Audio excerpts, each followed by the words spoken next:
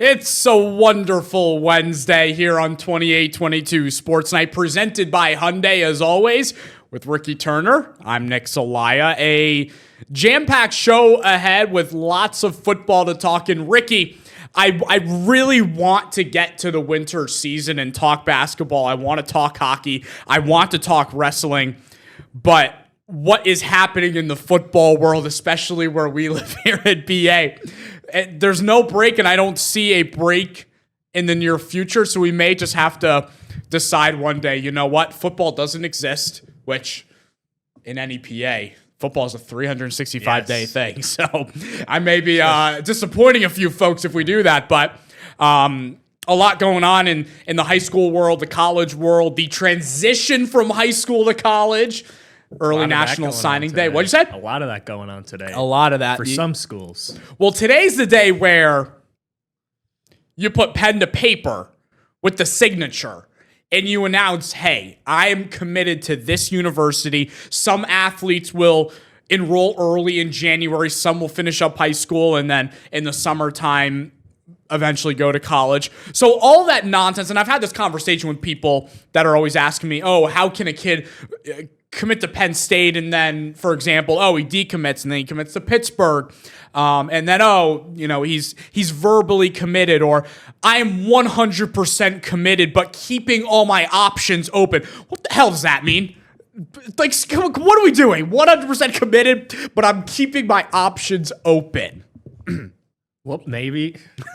See what that dissect that for me, please, Ricky. I know Syracuse, because I think that's what started this all. Syracuse is a wide receiver that is keeping his options open. One of our, I could say our, right? As an alum, as a graduate of Syracuse University. I guess it'd be, yeah. One of our future recruits, one of the best players that Syracuse has recruited in a couple decades now, he held an announcement at his school to announce to folks that he is not signing his letter because he wants to keep his options open still, but he is 100% committed to Syracuse, but he wants to give it a couple more days to think about it and process his decision. Dog, you said 2 months ago you were going to Syracuse.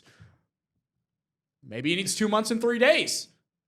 Yeah, that's a little bit contradictory on his part, but in the world of NIL, and what that means to me is he's keeping his options open for a little more revenue. Hey, buddy, here's a paycheck. You know what? I forgot a little something.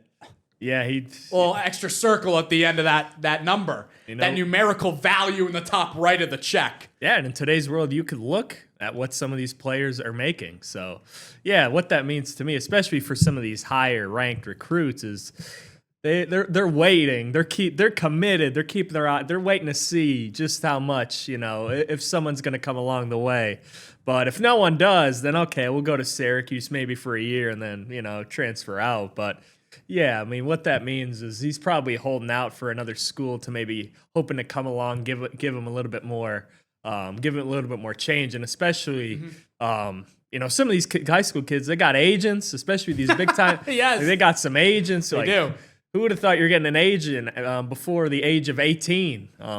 In the case of some of these kids, depending on the amount of publicity they're getting, how much traction they're going to be getting going to these universities, and some of the things that come alongside these big college deals, getting a lot of time on college game day, getting a lot of airtime at these universities. I'm sure some of the restaurants and bars that are around some of these universities, they like partnering with these athletes to get people in their bars come Saturday. Now you can buy their jerseys with their names on their back, opposed to the generic number one jersey.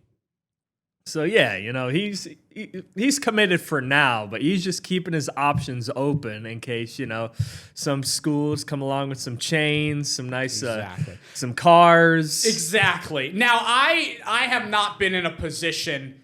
I was not born genetically to be in a position where I was at 17 years old being recruited as a 6'3", 5-star wide receiver. I was never in that spot. That's why you see me here at this table and not weighing my options and counting my checks. in my nice home that I bought at age 16. But what I will say is they have agents, but sometimes the whole media training thing doesn't pop into the situation until later on once you get to college. And my good buddy that is weighing his options, that's 100% committed to the Orange, but still has to think about it a little bit. When you have a large following on social media and you go on Instagram Live, I don't advise doing this when you're on IG. And especially when it's another ACC rival, and knowing the amount of maybe you do it at the very start of your Instagram Live, but I guarantee you, the second someone gets an alert, there are people that spend 24 hours on Instagram and they are waiting for you to go live and do something silly in the first 5 seconds. And yeah, so I don't know. Syracuse, they decided to go with a rapper instead of a 5-star wide receiver, Tuesday. What are they ranked? Take a look. Syracuse? Yeah, what are they ranked? Can't be very high. So, Ricky, the situation that we got Syracuse fans out there. You know, I have lots of love for every Syracuse person that I run into. Love my Orange, but you work with one here, your weather guy. Yes, we've got a couple of Orange people in the building. That it's like yes, Josh Odell. He couldn't believe, by the way, we were talking about Syracuse's tuition. Oh yeah, we were talking about that a couple of days ago. It's changed drastically since Josh Odell was there and since I got to college. But I'm trying to figure out. I'm stumbling here because I'm trying to figure out where Syracuse is 30. It's not bad. Got 26 commits. Who's the top one? Is it Calvin or no? I don't think he officially signed yet, so he's probably not at the top of that list. Right now, it looks rating. That should be right. Looks like should be the first guy. Amari Goff, Richmond, Virginia. Cool. I'll take it. Wide receiver. I'll take it. They don't need Calvin Russell. Syracuse on the rise. I'm trying to figure out where I want to start because I think you can say 85 to 90% of the people watching 28-22 Sports Night either root for Penn State or Notre Dame football. One of the two teams. Am I right on that? Probably, right? With the other 5% being Syracuse. 3% Temple football. There we go. Temple 62. There we go. The Owls. Yeah, they're higher than a certain team. Yeah, Keep scrolling. Where are they at? Keep scrolling. You got to go load more. Yeah, we're loading more. Keep scrolling. I just saw UMass. I'm seeing a lot of FCS teams. Where are they? What? Oh boy. And I saw, what's that yellow M? That's not Michigan, is it? No, obviously it's not Michigan. Probably McNeese State. McNeese State. So McNeese State's above. McNeese. What's that say? 150? Yeah. Yes. 2 commits. We're at 150. 2 commits. 2 4-star. If I'm not mistaken. Yes. One kid from Nazareth High School, which is just about the border. I was having a conversation with someone that's right on the border of the teams we cover in this NEPA area, Nazareth. They played Hazleton this year. They play a couple teams in District 11 that we cover, but they're in that area that, what's his name? Is it Falzone? Peyton, yes. Falzone. Peyton Falzone. And who's the other kid that Peyton Penn State Falzone? signed? Jackson Ford. I think he's been committed there for a while. I think he was committed. You're right. I think he was verbally committed and then signed today. We were talking to one former Penn State commit. Yeah. A former. Well, we'll start here since we've got it pulled up. Yeah. I was trying to decide between we'll get to Notre Dame. I feel it just makes more sense with national. It makes more sense with everything. There's some beef with Notre Dame outside of national signing. People are frustrated with Notre Dame we'll get to because they're actually playing football, and that's what matters right now. But we're going to go talk about the fun drama because drama's fun to talk about. So yesterday, I get up in the morning, and the big news is Kalani Sitake from BYU is going to be the next head coach of the Nittany Lions. That falls through.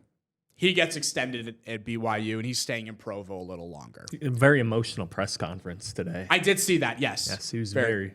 Well, he's been there for 9 years, I think, now, and he's staying much longer, and he's turned them into a really good program.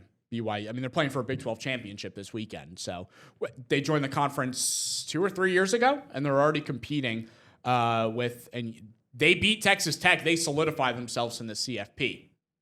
And that would transition. I'm jumbled right now because that transitions. If BYU wins, then that in Notre Dame is then in a sticky situation. But let's focus on Penn State.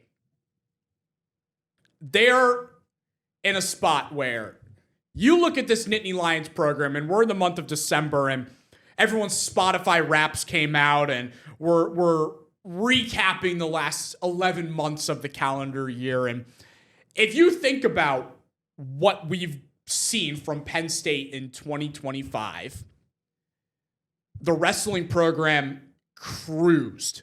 I'm sorry, I should go before that. They were a play away from playing for a national championship and beating Notre Dame in football. So they made the college football playoff semifinals and then returned everyone. They returned their stars on offense and some of their best players on defense. Wrestling, number 1 team, not even close. Oh, yeah, they were. Smoking teams in the Big Ten, smoking teams in the NCAA tournament, nowhere close. Penn State hockey reaches the Frozen Four in the first time in program history. One of the best seasons. Mind you, they lost their first 8 Big Ten games in hockey and then proceed to still be one of 4 teams at the end of the season left. And just ran into some of the...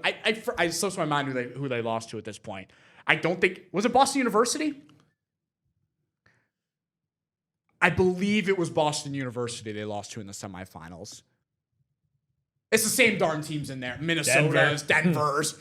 BC. Boston. Every New England college is good at hockey. I'll continue while you're pulling that up. So the program, the athletic department was on such a high. And then we obviously went into the football season with the expectations of this team was going to win a national championship. They brought back all these pieces. They're coming off. They got that experience of reaching the college football playoff semifinals.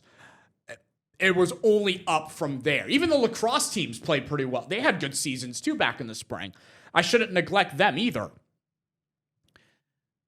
They win their first 3 games. All right. Chatter about where this program is and they should be scheduling harder opponents. That's Boston University? You were correct, Boston. And who's on the other side of that? Western Michigan and Denver. They love their hockey up there in the north. Western Michigan won 6-2. That's right. Their goalie was unreal in that tournament. Yes, we were watching it. Nick Toma, big hockey guy. Look at that. Candace Kelly, born around hockey, and Nick Toma breeds big watcher of hockey. Yes. So the first 9 months of the calendar year for Penn State, no athletics down. The trajectory of that program on the rise, and it was only looking promising because you were bringing in the number 1 recruit, the future number 1 NHL draft pick. And I know he has absolutely nothing to do with what the situation is in football. He'll probably, barring an injury, a setback, he'll probably still be a top 5 pick in the NHL draft next year. But then they make the decision to fire Franklin because they lose to UCLA. The losses are getting ugly. They lose to Northwestern. At home. And they decided for a change of scenery. And they're the first on it, too. We've seen, it feels like every weekend there's a new head coach. Every Sunday you wake up and there's a new head coach fired in the college football world. And they were one of the earlier ones to do that. They were. They went early mid-season. October. Yeah. I think week 6. First 7. in line. First in line to get that replacement. You step in line. All right, yes, I'll take 1 new head coach, please. And then you get out of line. You take your order and you do that. They're still waiting in line. They haven't placed their order yet. And there are a lot of teams that have stepped aside them, placed their order, and are on their way into 2026. And you now look at the options, and it's like, all right, James Franklin, Virginia Tech. I know you don't have the ranking pulled up anymore, but I saw already they're top 25, the Hokies, recruiting-wise. Because he's taken guys that were commits for Penn State, brought them down to Blacksburg, 22. They're up to 22 now. Last I saw was 25. And Franklin's doing this. It's going to take some time for him to build a true program. Right now, he's just going, getting a couple recruits that he had at Penn State. Maybe he's going to dive into the transfer portal. But a couple years from now, Virginia Tech could be a really good program because Franklin's a great recruiter. Yep. That was never an issue. It was more the emotional side of people were frustrated that they weren't winning big games, and they felt like a better option was out there in the pool. Well, all those options are looking at Penn State and saying, hey, current school I'm at, want to give me some money so I don't go to Penn State? Sure, here it is. I don't know how many coaches have been rumored to go to Penn State and then they sign an extension within 48 hours. Rule, Signetti, Sataki. It's 3. It's 3 right off the bat. Yeah. I don't think they were in on the Lane Kiffin sweepstakes. No, I don't think they were in on Lane Kiffin. But then the Ohio State coordinator, he just took a job at USF, South Florida. Right. So you're telling me now that South Florida is a more intriguing program to go be a head coach at opposed to Penn State. And I think there's a lot to desire with Penn State when you look at, they pack 6 figures people, 100,000 people plus in the crowd. They have the whiteout environment. They're playing in the Big Ten. But now that these other teams have crept into the Big Ten, Oregon has already won a Big Ten championship in their first year. USC is making noise, and now they're the number 1 recruiting class in 2026. So first time in SEC.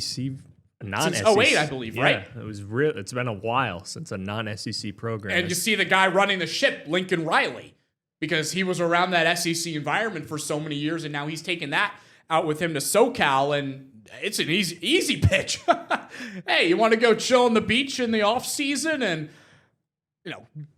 have sun and warmth? What? Beautiful weather. Beautiful weather.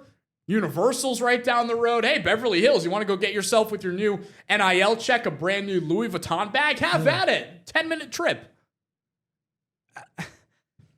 I mean, and the frustrating part is everyone is pissed with the AD, Pat Kraft. I don't blame them. I mean, you were one of the first notable programs in line for a head coach, and we're in early December here, and your options are seemingly dry.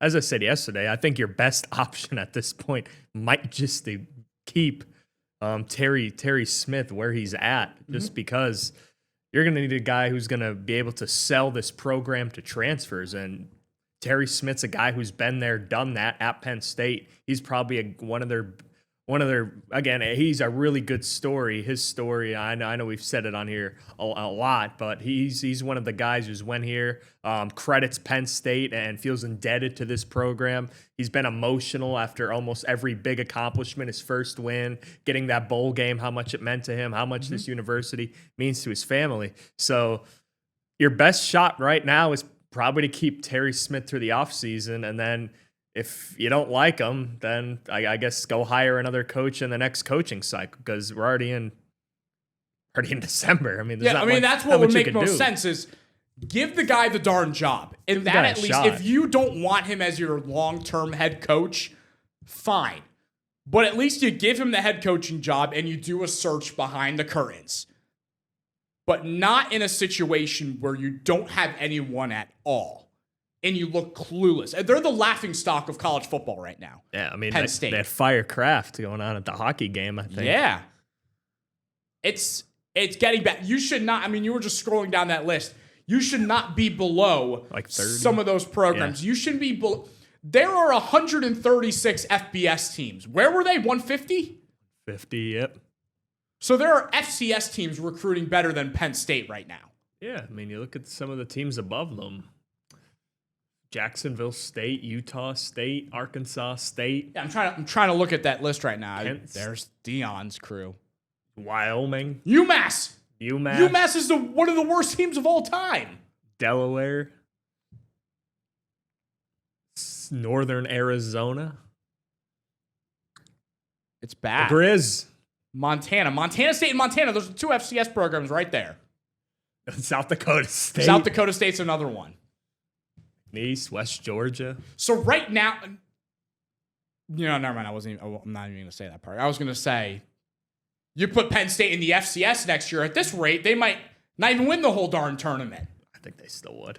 You think they'd still beat? Yeah. You think those boys out in Montana are going to beat them?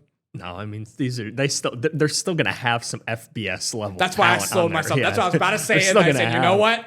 And there's probably going to still be some players that transfer in because, again, it's still a high-profile program. Well, that's the thing. Imagine how much money they spent last year to keep Singleton, Aller, Katron Allen, and all those guys on defense.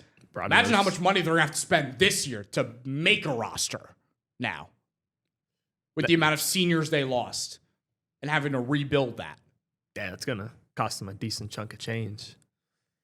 You're not going to spend a lot on like one player. It's going to be more spread out through your whole roster because you only have 2 recruits at this point. Exactly. You can't be going and dropping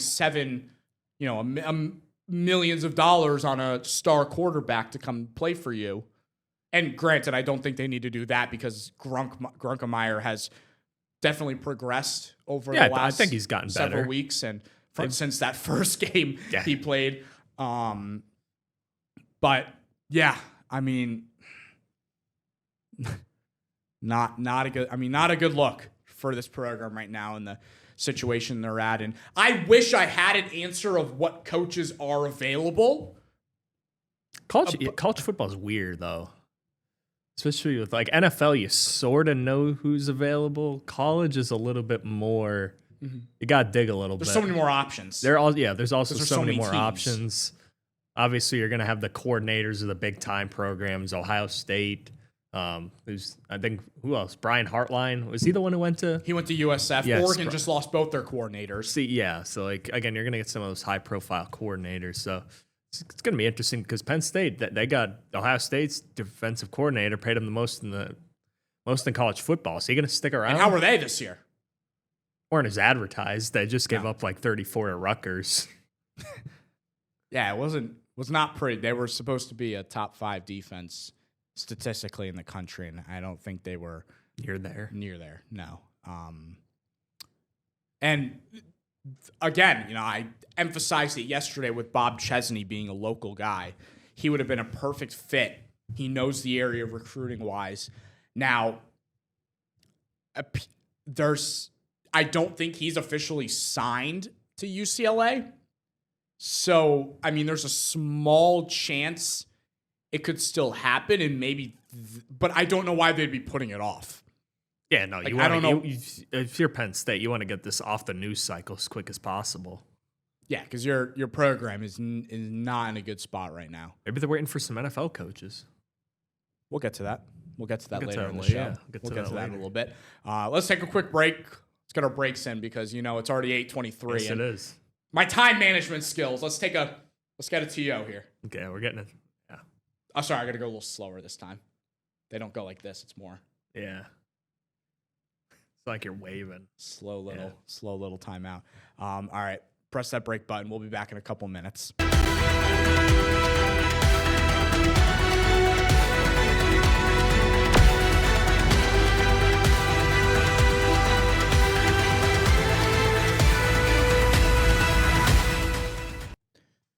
So we've given a lot of love to Penn State because they're going through a hard time right now, and they're going through their trials and tribulations, as Ricky likes to tell some of our folks who are in our fantasy football league that feel like they're in tough situations right now. Yeah, you got to battle through them. Makes you a better team. Exactly. Maybe Penn State will be a better team down the line.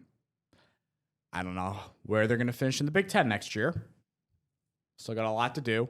Yeah, so again, got a whole offseason left. Exactly. There's a whole offseason. We're not even in the offseason yet. Yeah, we're still in the darn season. We're in conference championship week, aren't we?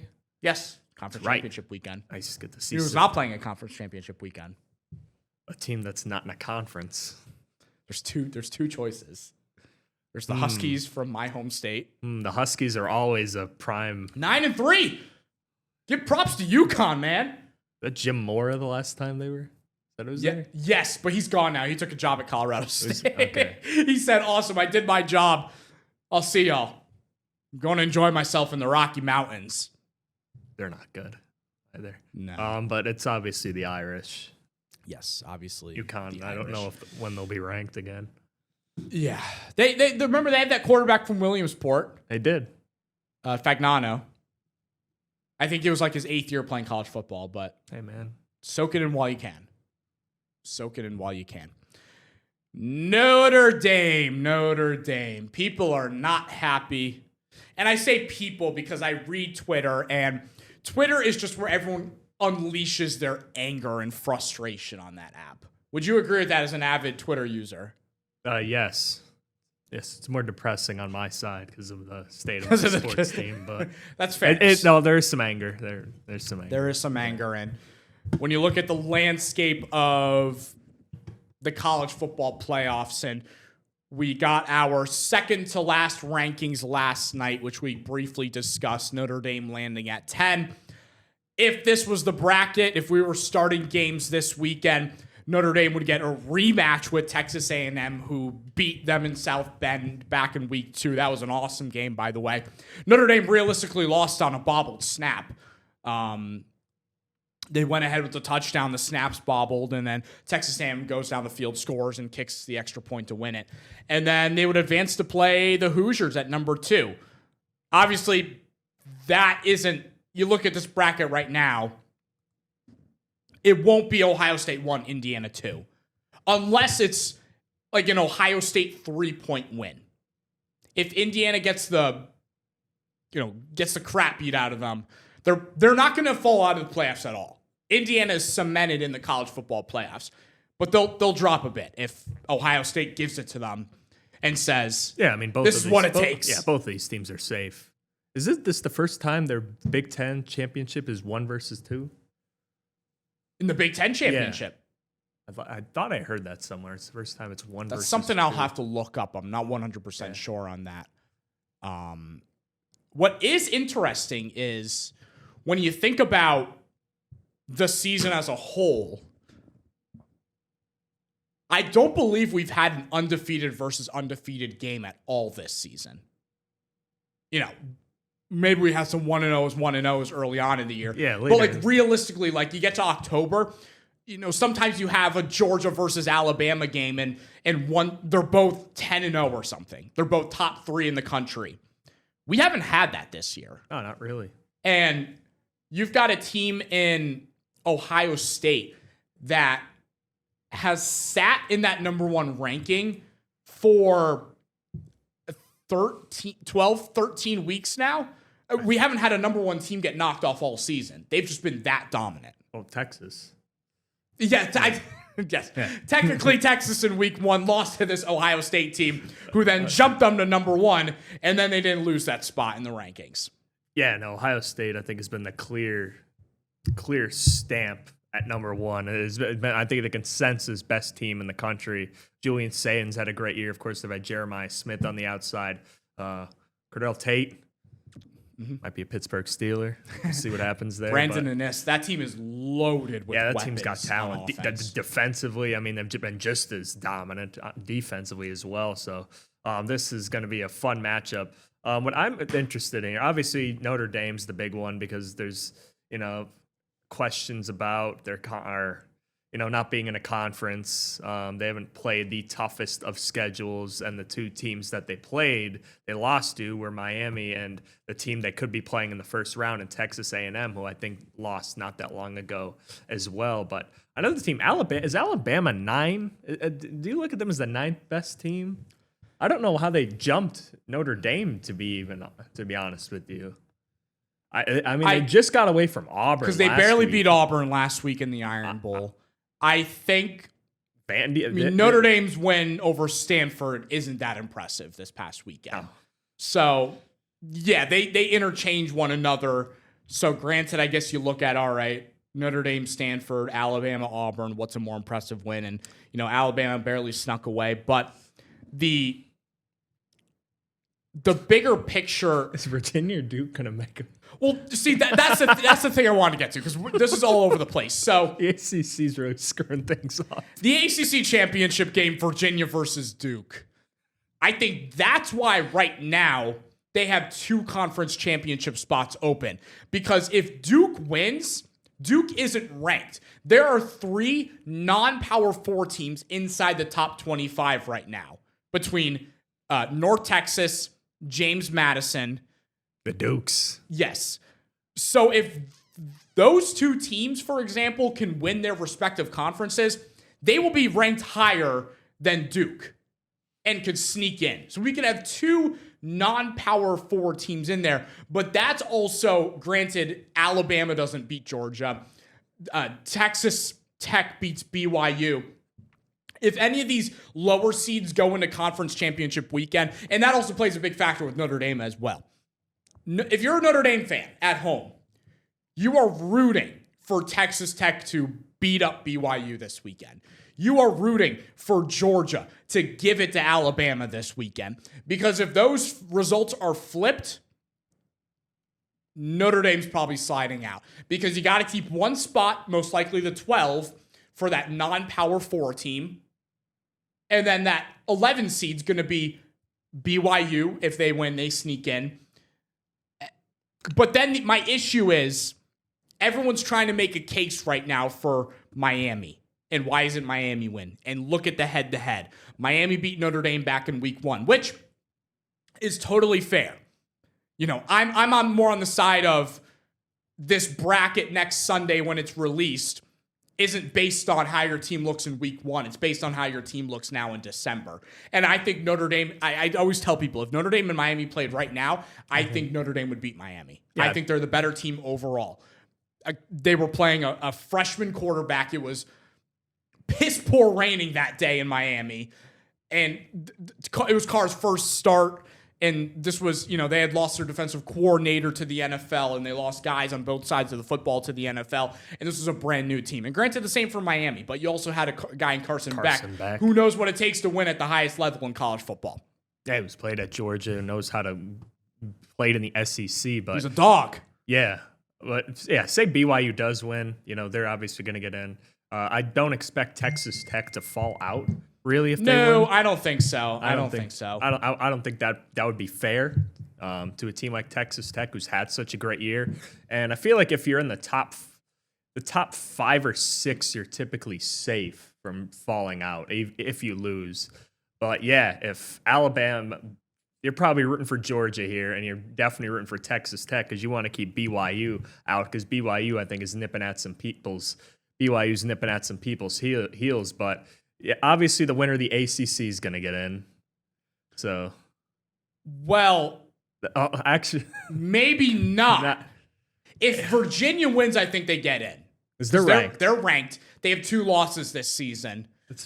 Yeah, they'll sneak in at that 11 spot. I don't know if you can make much of a case for Duke. 7-5 Duke. It's a little tougher to make the case for them being one of the best 12 teams remaining in college football. Because at that point, I mean, do you put BYU in even if they lose? Well, they're at 11.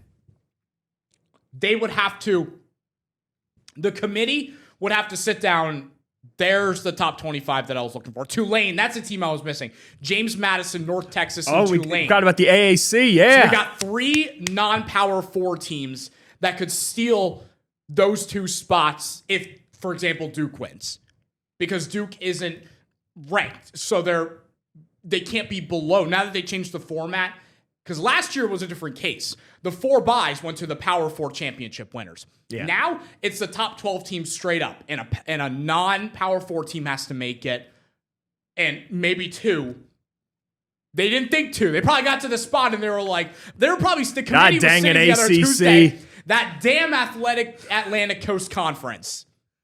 Be good. Frickin' Miami. Play football. Come on, Hurricanes. Clemson. The Tigers. Tigers screwed everything up. So Come on, Cuse. You know, Oregon's going to sit at home this weekend, not having to play in anything. Ole Miss is sitting at home, not playing anything. And I think, and that's a whole thing that we haven't even gotten to because with the whole Lane Kiffin situation, I've got my own personal thoughts. For that. The fact that he even tried to coach the team after leaving for LSU, I think is insane. No, some of the players I think were calling him out. He's like, that's not what you were saying. Well, the perfect analogy I heard, how did that analogy go? It was something along the lines of, say you're in a relationship with a girl right now, and hey, you met this one girl, and you're like, yeah. I want to date you in a couple of months, but let me get through Christmas time with my current relationship, and then we'll move on to the next one. That's not how it works. Just to make the other folks, to make your parents happy. Maybe they like this girl, and they want you to hang around with her a little more. All right, let me get through the holidays, and then I'm on to number 2. But just, you're in the back of my mind. You're there. That's not how this crap works. You want to go coach for LSU? All right, see ya. That's why we put your wardrobe outside on the streets for you to go collect. You see the picture of that? Yeah. They put Lane Kiffin's clothes right outside. They said, see you later. Have fun in Baton Rouge. And it's anywhere Lane goes, drama is sure to follow. That's correct. He's active on social media. He's very, very active. He's too active. But yeah, this is probably gonna be one of the more interesting. I know we're just at the start of this new playoff format. This is going to be one of the more interesting results this weekend, because you're going to have to keep your eye on that Texas Tech BYU game. That's a big one. Georgia Alabama, because if Georgia wins, you knock Bama out. Then obviously Duke Virginia. If Virginia wins, they're probably in. If Duke loses, they're probably out. And then whatever non-power 5, whether it's the AAC, is James Madison? Are they in this Conference USA? I believe so, yes. Conference USA, so that's another matchup you got to watch out for. But I think the 3 matchups you probably watch out for is that BYU Texas Tech, the SEC championship, and probably whatever happens in the ACC championship. Sun Belt, excuse me, I'm sorry. Sun Belt, got it. Not conference. But you're correct, absolutely. And because at this point, you can't put Miami's not playing in a conference championship. You can't put them in. And that's the thing that the committee has put themselves in this situation. Neither Notre Dame or Miami are playing games this weekend. And that's the part that folks are frustrated about, because you look at the 2 resumes. All right, Notre Dame lost to Miami and Texas A&M. Those are 2 teams in the bracket. Miami lost to Louisville by 3. They lost to SMU on SMU's home field in overtime by 6. You could argue Miami's resume is better. They have wins over Notre Dame. Remember, USF got off to that blazing hot start at the start of the year, yes. And they humbled them real quick in week 3. They beat Florida by 20. They beat Florida State in Tallahassee. They just beat Pitt in Pittsburgh by 30. Which Notre Dame also beat Pitt in Pittsburgh. Notre Dame did, yes, beat them up too. And that's they struggle at the table for a reason, coming up with 12. By 2030, we will have a 68-team playoff in December. It will be December madness. I just think you need to Notre Dame's got to join a conference. They do. And the one conference that makes sense is the ACC, because they're in, aren't they in the ACC for almost every other sport? So this notion that, and they play a lot of ACC schools. They play Miami. They've played Pitt this year. And you could still schedule your hard out-of-conference SEC games, because Notre Dame is probably still going to be a top. If they were to join the ACC right now, they'd probably be the betting favorite. Probably. If they were to join it next year, they'd probably be the betting favorite most years, because they have such a talented recruiting class. Marcus Freeman's a great coach, and defensively, they're good year in and year out. They have a really good run game. QB and wide receiver, 2 areas that they get by at. They're not great at yet. Riley Leonard, he did enough, and their wide receiving core. They had Chase Claypool once upon a time, but if you gotta force. I mean, come on. Notre Dame is in the ACC for every single sport except football. Notre Dame's going to get in. They're going to get they're in. Notre Dame. Yeah, Granted, everyone I talk to on this podcast, I've said it numerous times, I am a huge fan of Notre Dame, and I think they deserve to be in the college football playoffs 100%. But imagine If there's one spot and it's Miami, say BYU loses to Texas Tech by 10, 15 points.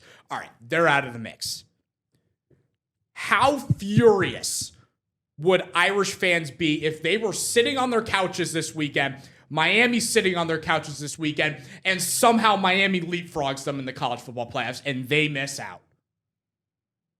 That's why I feel like if you're a Miami fan, you have every right to be upset because you have legitimately zero way of getting into the college football playoffs, barring... I don't even know. I'm trying to come up with how Miami would get in at this point, but with them sitting at 12 and sitting behind BYU and Notre Dame getting in right now, I mean, would Alabama have to lose by 50? Would BYU have to lose by 50? And then Notre Dame and Miami both get in, and Virginia wins. I mean, I don't see it. Yeah, I see no way. One of Miami those getting teams in. towards the bottom of the bracket that are playing in, they'd have to lose bad. Like they'd have to be flat out embarrassed. Like Georgia Because would have to win by 12 through 12 weeks that they can be in this position. Yeah, Georgia would have to beat Alabama by 20 plus. I'd guess Texas Tech would have to BTA. Yeah. BYU. Like I don't see a way. Maybe again, I can't really see the committee changing their mind either. Because even if we could go on this for 3 hours. Yeah, we could. Even if Alabama were to lose by 30 points, they still beat LSU this year. They still beat Tennessee this year. They still beat Missouri this year. They still beat a Vanderbilt team that was the biggest surprise in college football. So their resume is still unbelievably strong. And the SEC, of course, is the best conference. And exactly, you're playing in the best conference. And you're going to lose to a Georgia team that I think no one really... You look at the last few Georgia teams, and they've always been the powerhouses. I don't think this Georgia team is talked about. Again, I've watched them a couple times this year, and they are a dangerous, dangerous team. Yeah, if we're talking probably the biggest threat to Ohio State, and with all due respect to Indiana, I think it's Georgia. It's probably Georgia. I think Georgia gives them the biggest test. Yeah. Holy crap. Well, that's not our jobs. Our jobs is We're not on the committee. Our job is to analyze what the committee does. We're not on the committee. And that's exactly why. Because if it was up to us, a March Madness bracket, feed it to me. A lot of CTE. Number 2 Alabama versus Penn State. Number 15. I'm kidding. UMass. UMass would sneak in as a 16. Pull off the unbelievable upset over. Oh my God, Georgia would beat UMass by 250 points. They would break the record. All right, I know we need to get to a commercial break because it's getting late. The time management is poor today. That's all right. We'll be right back here on 2822 Sports Night.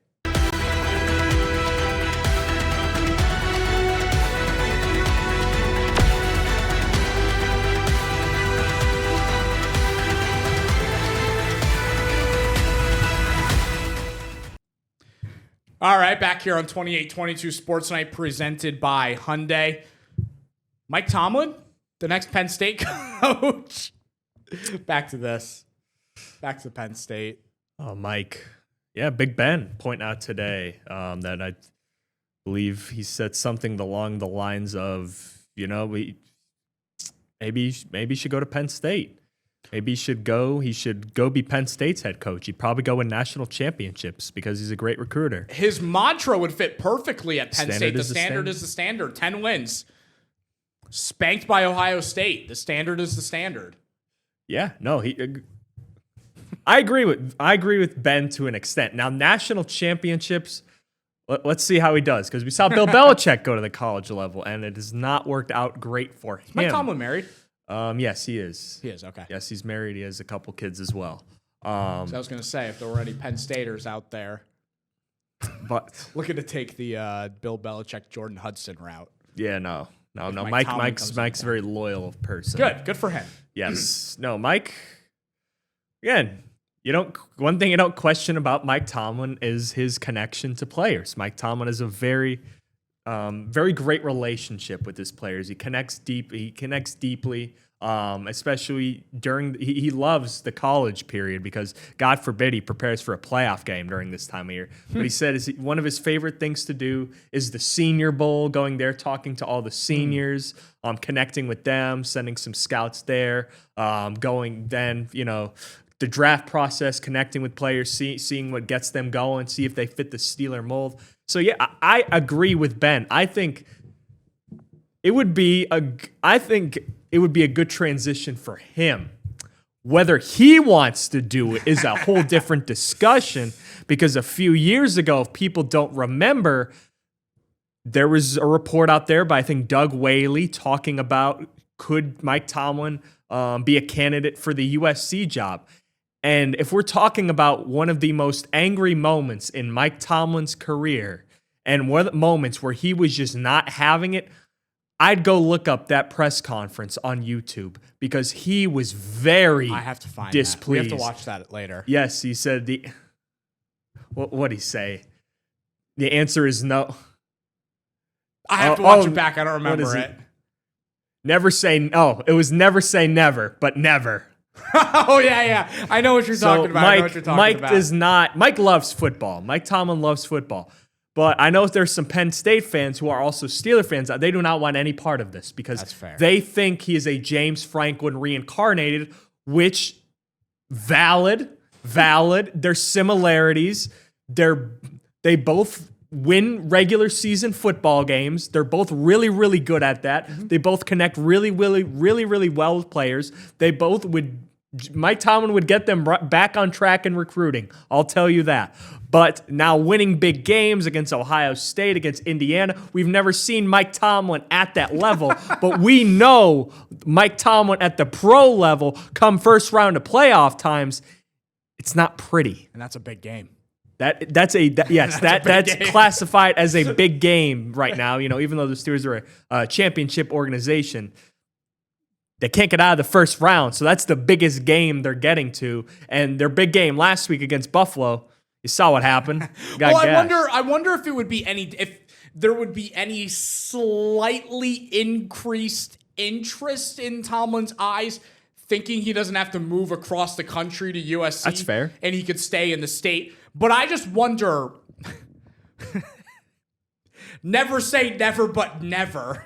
Yes, Mike Tomlin, again, if we're talking about some of the most, and he was downright serious when he said that, when the USC, he was not a happy camper. Is it in his eyes a slap in the face, I wonder? I think he could take it as that. Because you're one of 32? Yes, he's one of 32. One of 300 plus? Yes, I think he could take it as that, but I also think he'd be good at it.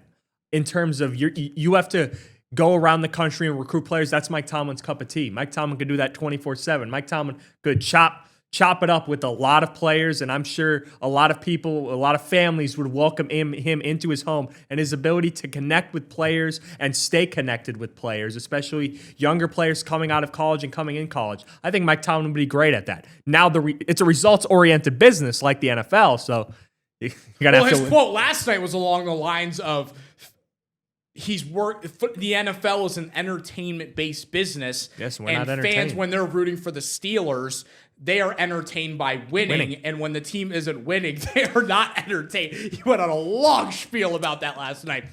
But he'd be getting paid the same.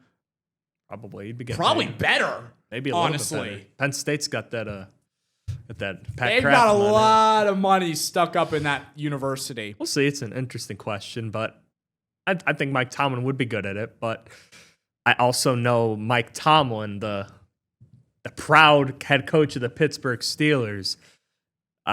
Given how he reacted last time, I'm not sure if much has changed or if he's given much more thought of it, but we'll see. I also think he would enjoy the fact that he could work with younger guys and develop them into NFL talent. That seems like something that he would enjoy doing. Taking a player in Ethan Grunkemeyer, for example, and turning him into... Mike Tomlin hasn't had success in developing QBs. Mike Tomlin hasn't had much opportunity to do that, given that he played with the Hall of Fame. Yeah, but we saw Kenny Pickett went. Haven't really seen Will Howard's, but yeah, Mike. That's the one thing we don't know. Mike Tomlin, can he develop a QB? So that's one of the big questions also coming up this year with Pittsburgh possibly drafting a QB. Maybe they'll wait. Maybe Aaron Rodgers will stay No, I'm another good. year. No, let's get it over with. We don't. And Tomlin can go develop a quarterback at Penn State. Let's just And then they restart. can draft Penn State. That's why I want them to lose out. 2027. Let's get a jump start on 6-11. this. 6-11. 6 Top and 10 11. pick. Yep, top 10 pick. That's what we're going for. You don't have to give up any assets to move up either. It works out perfectly. Because you're already at 10. You're probably going to get one of the best QBs at that point anyway. Oh my gosh. Draft's at home. This place would explode if Oh, it would. Mike But Tomlin hey, got hired. I'm not a State. diehard Penn State fan, so I don't care. Let him go there. But the logic is not bad. That's the thing. The no, it's logic not makes sense. It makes sense given how he is as a coach. And if you want to get somebody that's elevated than James Franklin and get someone that's right now, if you're Penn State, you're not getting an improvement from James Franklin. You're not getting that household sexy name that's going to beat out James Franklin. Well, you grab Mike Tomlin That's into the the mix. sexiest head coaching name Mike in PA. Tomlin's a sexy name to get to replace James Winning Franklin. seasons, right? That's all he does. That's all he does. All he knows is how to get winning seasons. That's right. That's the standard. Penn State maybe doesn't go have a winning season this year. How do they fix that? Well, they bring in the guy that does it every darn year. That's right. Mike Tomlin. All right, we need to get another break in. We do. All right. We'll be back in a couple minutes to wrap things up here on 28-22 Sports Night.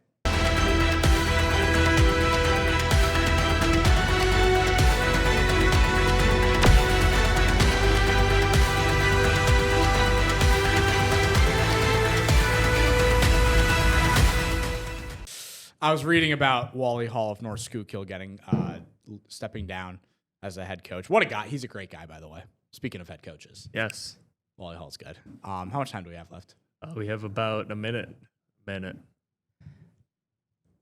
Every fan that comments that they were going to pack James Franklin's suitcase for him and ship him out of Pennsylvania, I want to see that same energy when Mike Tomlin's hired. I want to see the passion, the enthusiasm. Yeah. Yeah, we're all interested to see. Well, that might go down as the biggest Facebook post on our station's history. We're definitely up there. Breaking. Mike Tomlin. That'll break it again. 9-8 enthusiast Mike Tomlin hired as next head coach. That's the headline. At Penn State University. 9-8 enthusiast. Above 500 enthusiast. Penn State will never be under 500 again with Mike Tomlin at the head. That's the pro. Yeah. Wins 9 games every year. You win 9 games in college. Hell. 9-3. 9-3. It's a heck of a record. Yeah. It's a pretty good gig. Oh my God. We're going to come on the show tomorrow, and I don't know we're going to be talking. We're going to be talking about a new name. We're going to talk about Southern Columbia and Jim Roth. Southern Columbia. Jim Roth. Maybe he'll be the next head coach of Penn State. Yeah, I don't know at this point. That's a winner. All right. This is crazy. This is craziness. We'll see you tomorrow for one more episode this week of 28-22 Sports Night.